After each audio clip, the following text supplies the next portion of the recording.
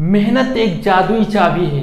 मेहनत एक जादुई चाबी है जिससे सफलता के हर दरवाजे खोले जा सकते हैं। और इसी तरीके से आप मेहनत करते जाइए और आपकी सफलता के सारे दरवाजे खुलते जाएंगे। तो हेलो दोस्तों, नमस्कार। मेरा नाम है अनुराग सिंह। मैं आपको पढ़ाऊंगा इंडियन पॉलिटी, भारतीय राज्य व्यवस्था। एक बार फिर अपने यूट्यूब चैनल फ्यूचर गोल में बहुत बहुत स्वागत है। एक कदम सफलता की ओर जो आपको ले जाएगा आपकी मंजिल की ओर। मैंने पिछले लेक्चर में आपके साथ डिस्कस किया था पार्ट 3 फंडामेंटल राइट्स और आर्टिकल 12 to 35, और फिर मैंने उसमें आपको बताया था समता का समानता का मौलिक अधिकार, तो आर्टिकल 14 to 18 डिस्कस किया था। तो उसी को कंटिन्यू रखते हुए आगे मैं एक नए लेक्चर के साथ आया हूं और उसमें मैं आपको बताऊंगा कि स्वतंत्रता का मौलिक अधिकार अनुच्छेद 19 से लेके अनुच्छेद 22 तक। अब क्या है अनुच्छेद 19, तो एक एक करके हम देखेंगे। तो अनुच्छेद 19 में है अभिव्यक्ति की स्वतंत्रता।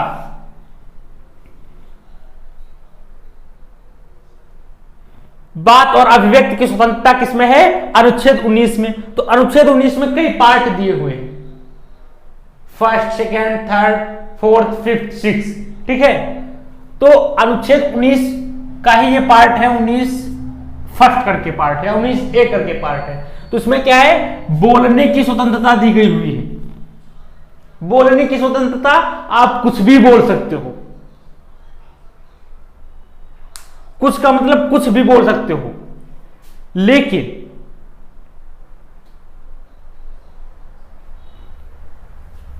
बोलने के साथ साथ चुप रहने की भी स्वतंत्रता।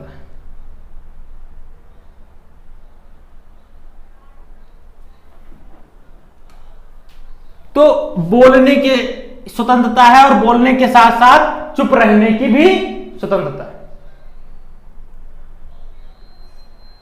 आप कुछ मतलब बोलने का मतलब आप कुछ भी नहीं बोल सकते हो कि सामने वाला बंदा आपके हर्ट हो रहा है। तो एक क्राइटेरिया, एक निश्चित एरिया होती है, उसी में रह के आपको बोलना है। 19 सेकंड में क्या है? तो शांतिपूर्ण से एकत्रित हो सकते हो एक जगह बिना हथियार के। कोई आपके पास हथियार ना हो, एकदम शांतिपूर्ण तरीके से आप एक जगह एकत्रित हो सकते हैं, किसी भी जगह।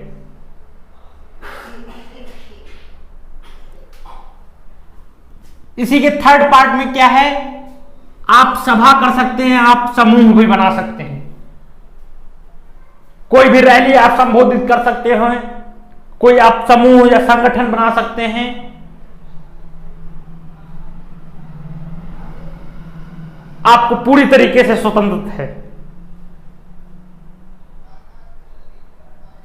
किसी चौराहे या किसी आवास पर आप सभा कर सकते हैं, एक अपना अलग संगठन भी बना सकते हैं। इसके लिए आपको पूर्ण स्वतंत्रता है। भारत में आवागमन,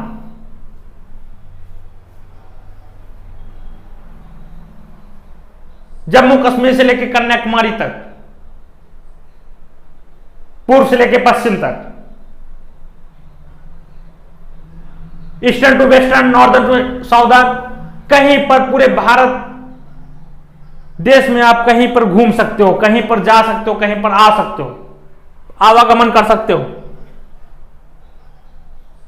इसकी आपको पूरी स्वतंत्रता है। आप चाहे तमिलनाडु जाए, राजस्थान जाए, बॉम्बे जाए, दिल्ली जाए, उत्तर प्रदेश जाए, बेंगलुरु जाए, चाहे आप जहां जाइए, आपको पूरी तरीके से स्वतंत्र हैं। एक स्थान से दूसरे स्थान पर आप जा सकते हैं। भारत में निवास, भारत के किसी भी हिस्से पर आप निवास कर सकते हो, आप रह सकते हो। पूरी तरीके से आपको स्वतंत्रता दी गई है। भारत में रोजगार, आजीविका,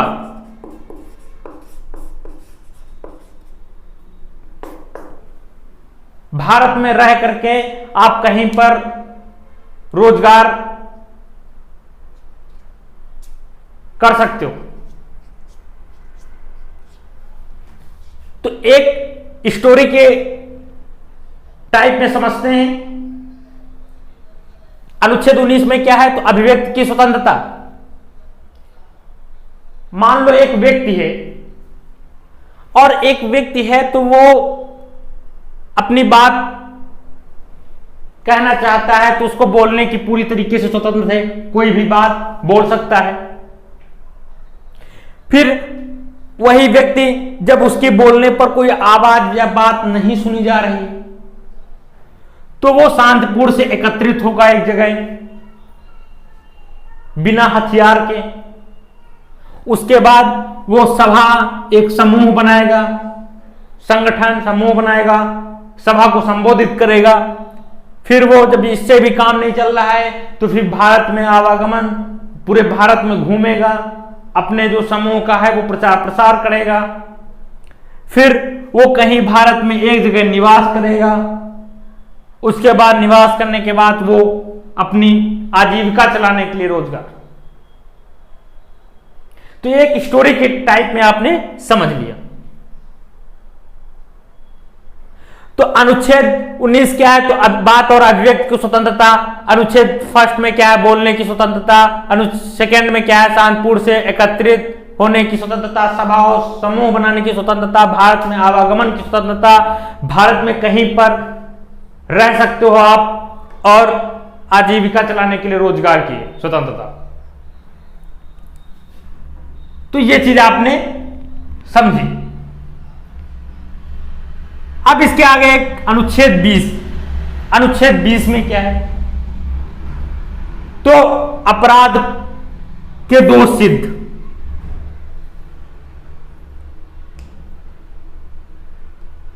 अगर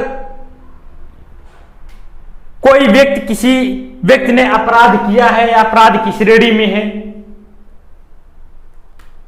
उसके 3 क्राइटेरिया।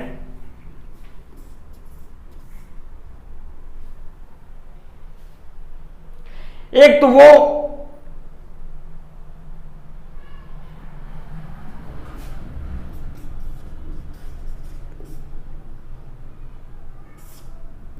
विधि,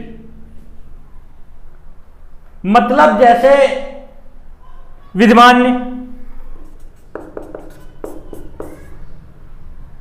अगर उसने आज की डेट में कोई अपराध किया है, उस अपराध की श्रेणी में वो अपराध नहीं माना जाता है। और मान लो 2026 में जो उस व्यक्ति ने अपराध किया था, अब जो है वो अपराध की श्रेणी में माना जाए तो उसे सजा नहीं होगी।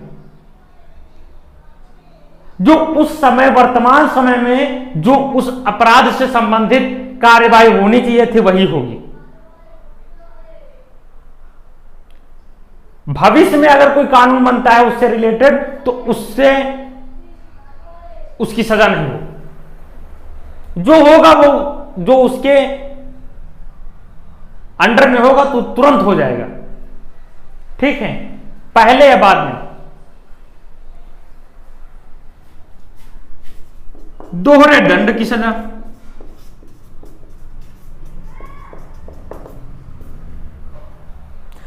एक अपराध में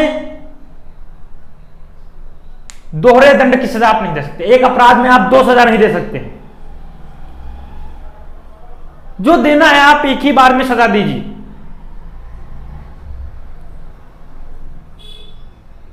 जो फाइन लगाना है एक ही बार में आप फाइन लगाइए, या फाइन सजा एक ही बार में देना चाहते हैं तो एक ही बार में दीजिए। ये नहीं कि 5 साल की सजा सुना दी गई, जब उसके 5 साल हो गए, जब 5वीं साल फिर हुआ तो उसमें और 3 साल बढ़ा दिए गए। ठीक है, 5 3 8 साल। ये नहीं होगा। जो सजा होगी वो एक ही बार होगी। एक अपराध में एक ही बार सजा होगी, चाहे 10 साल की सजा हो या 5 साल की सजा हो, या सजा जुर्माना दोनों एक ही साथ हो, लेकिन एक ही बार होगी, बार बार नहीं होगी। और जो तीसरा इसका क्राइटेरिया है वो जब न्यायालय में अपना अपराध कबूल किया जा करेगा, अपना अपराध जाहिर करेगा कि ये मैंने अपराध किया है, तभी वो माना जाएगा। अन्यथा उसके पहले जो पुलिस की कस्टडी में होता है, वहां जो अपना बयान प्रस्तुत करता है, तो वो अपराध नहीं माना जाएगा। जब वो कोर्ट में अपने बयान देगा कि ये मैंने अपराध किया है, तो वो अपराध की संज्ञा मानी जाएगी। तो ये चीज किसमें है? अनुच्छेद 20 में।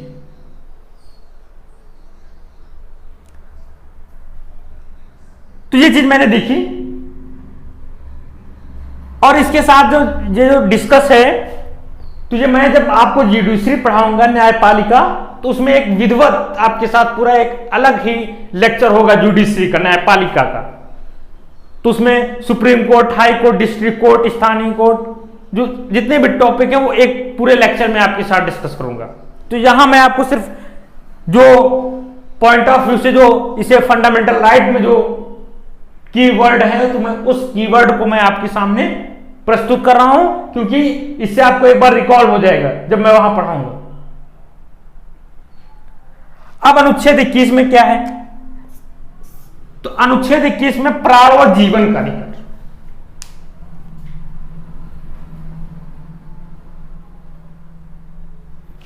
और इसे ही अनुच्छेद 21 को ही निजता का अधिकार ही बोलते हैं। क्या बोलते हैं? निजता का अधिकार।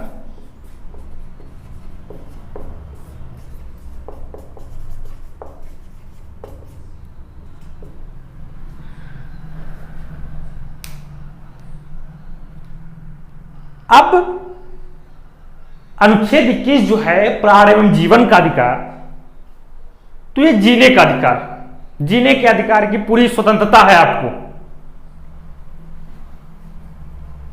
आपको स्वच्छ वायु लेने का अधिकार है, आपको खाने का अधिकार है, आपको पानी पीने का अधिकार है, स्वच्छ जल पीने का अधिकार,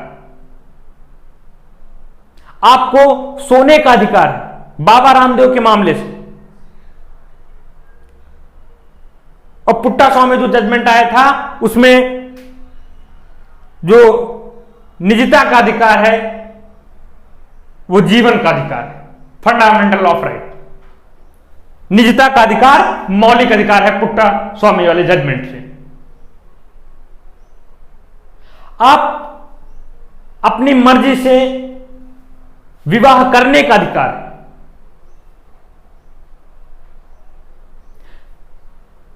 अगर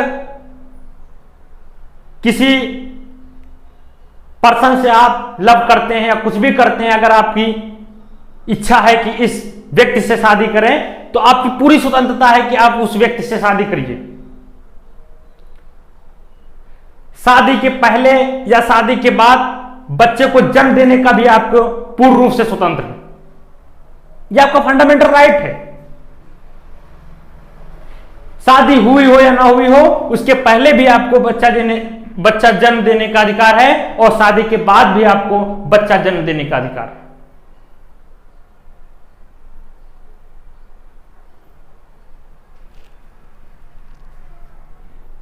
देखा होगा कि रात के 10 बजे के बाद डीजे नहीं बजता है। क्यों नहीं बजता है? सोने के अधिकार पर हनन होता है। तो सोने का अधिकार हमारा फंडामेंटल राइट है, तो जो प्राण और जीवन का अधिकार है।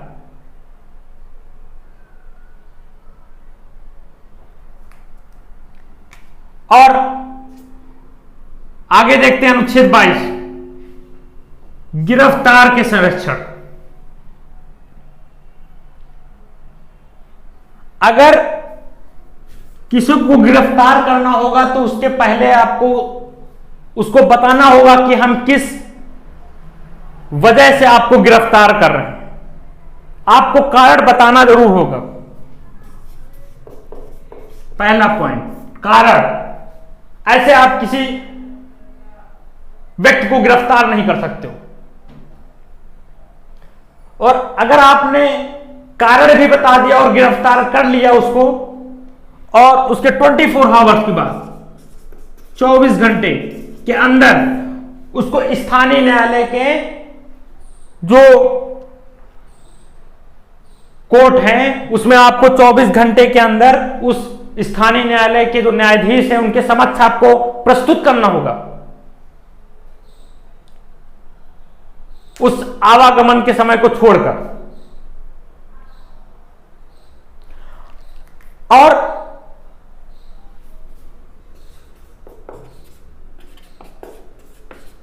कानूनी सलाहकार, इसको अधिकार होगा कि ये अपनी मनपसंद का वकील जो कानून का जानकार हो, जो बहुत अच्छा कानून का जानकार हो, तो उसको रखा जाए। तो ये क्या है, इसको ये भी अधिकार है कि कानून सलाहकार को भी रख सकता है। अगर मान लो कोई व्यक्ति है जो प्रशासन में या किसी व्यवस्था में वो अपराध कर सकता है, अपराध किया नहीं उसने, बाय चांस संभावना है कि ये अपराध कर देगा, तो उसको जो है प्रशासन पहले ही गिरफ्तार कर लेती है। और जब गिरफ्तार कर लेगी तो जो उसकी जो बेल, जो जमानत होगी वो स्थानीय न्यायालय नहीं करेंगे, वो जो उसकी बेल होगी वो आपको हाई कोर्ट, सुप्रीम कोर्ट जाना पड़ेगा। तो इसकी जो सजा का प्रावधान है वो 3 माह तक है, लेकिन अभी हाल ही के दिनों में इसे 3 माह से घटाकर 2 माह कर दिया गया। तो ये आपने देखा 2 प्रकार के कानून होते हैं, दंडात्मक कानून और निवारक कानून। दंडात्मक कानून क्या है कि मामला कोर्ट में या फिर जिला बहस हुई और बहस करने के बाद सजा सुनाई गई कि आपको इतने साल की सजा हुई और इतने रुपए का जुर्माना लगा। लेकिन निवारक कानून, आपने कोई अपराध किया भी नहीं है और अपराध करने की संभावना थी कि आप अपराध कर दोगे, वो प्रशासन के द्वारा आपको उठाया गया और 3 माह के लिए जेल भेज दिया गया, तो 3 माह से घटकर अब 2 माह हो गया। तो दंडात्मक एक कानून होता है, एक निवारक कानून होता है। तो ये अनुच्छेद 22 तक आपने समझा। अब आगे देखते हैं अनुच्छेद 23 में क्या है। तो शोषण के विरुद्ध,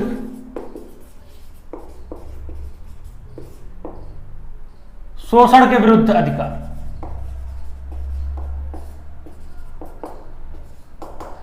तो ये कहां से कहां तक देता है, तो ये जो है 23 से 24, अनुच्छेद 23 से 24।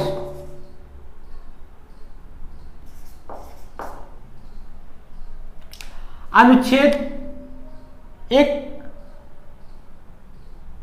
यहां पे नोट कर लीजिए, एक अनुच्छेद 21 का होता है,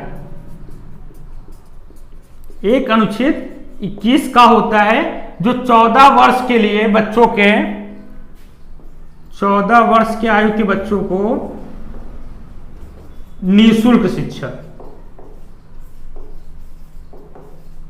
तो शिक्षा का अधिकार भी क्या हो गया, जीवन का अधिकार। ठीक है, तो अनुच्छेद 21 का 14 वर्ष के कम, 14 वर्ष के आयु के निःशुल्क शिक्षा का प्रावधान किया गया है। तो शोषण के विरुद्ध का अधिकार अनुच्छेद 23 से लेकर अनुच्छेद 24। अब अनुच्छेद 23 में क्या है,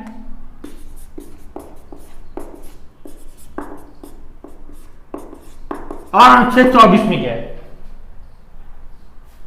अब अनुच्छेद 23 में जो है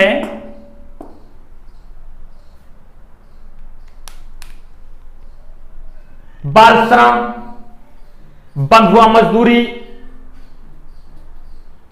जो मनुष्यों का देह व्यापार, इन पर प्रतिबंध लगाया गया। मानव तस्करी,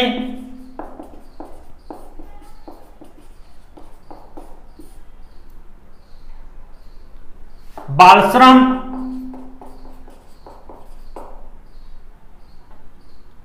और बंधुआ मजदूरी, इन पर पूरी तरीके से प्रतिबंध लगाया गया। और अनुच्छेद 24 में जो प्रावधान है वो 14 वर्ष के कम के आयु के बच्चों के।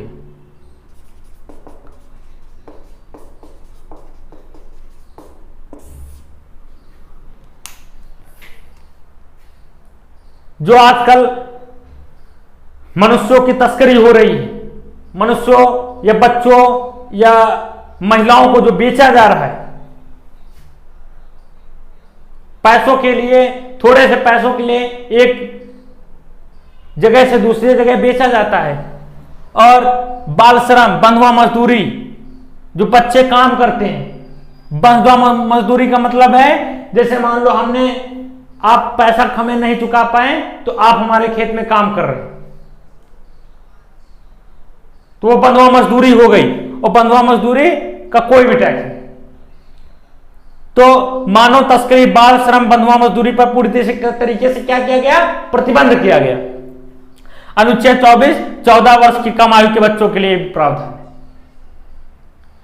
तो यहां तक आपने एक चार्ट फ्लो के माध्यम से समझा कि क्या क्या किस अनुच्छेद में क्या है। और एक मैं अलग से टॉपिक लाऊंगा, समलैंगिकता। तो एक इसका अलग लेक्चर होगा।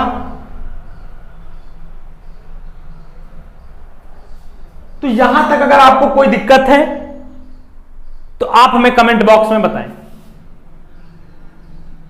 एक बार फिर से आपको रिवीजन करवा दूं कि अनुच्छेद 21 में, अनुच्छेद 20 में क्या है? तो अपराध के दोष सिद्ध, तो क्या है? विधिमान दोहरे दंड की सजा। एक अपराध में 2 बार सजा नहीं दी जा सकती है, ठीक है। और अनुच्छेद 21 में है क्या? प्राण और जीवन का अधिकार। आपको खाना खाने का अधिकार है, स्वच्छ वायु में रहने का अधिकार है, स्वच्छ जल पीने का अधिकार है, अपनी मनपसंद शादी करने का अधिकार है, शादी के पहले या शादी के बाद बच्चे को जन्म देने का अधिकार है। यह आपका फंडामेंटल राइट, आपका सोने का अधिकार है। और पुट्टू स्वामी वाले मामले में इसे निजता का अधिकार जो है वो क्या हो गया? फंडामेंटल राइट, मौलिक अधिकार, राइट टू प्राइवेसी। आपकी जो चैटिंग है व्हाट्सएप, इंस्टाग्राम, फेसबुक, तो एक सीक्रेट है, इसको शो ऑन नहीं होना चाहिए। यह आपका फंडामेंटल राइट है, राइट टू प्राइवेसी। तो ये आगे हम डिस्कस करेंगे आपके साथ। अनुच्छेद 21 का में क्या है? 14 वर्ष के आयु को निःशुल्क शिक्षा। अनुच्छेद 22 में क्या है? गिरफ्तार के संरक्षण। आपको कारण बताना पड़ेगा, 24 घंटे के अंदर स्थानीय न्यायालय के समक्ष आपको प्रस्तुत करना होगा उस आवागमन को छोड़कर, और एक वो अपने मनपसंद का वकील रख सकता है। शोषण के विरुद्ध का अधिकार, आर्टिकल 23, आर्टिकल 24। अनुच्छेद 23 में क्या है? मानव तस्करी, देह व्यापार, मानव देह व्यापार, बाल श्रम, बंधुआ मजदूरी पर प्रतिबंध। अनुच्छेद 24 में 14 वर्ष के कम आयु के बच्चों पर रोक।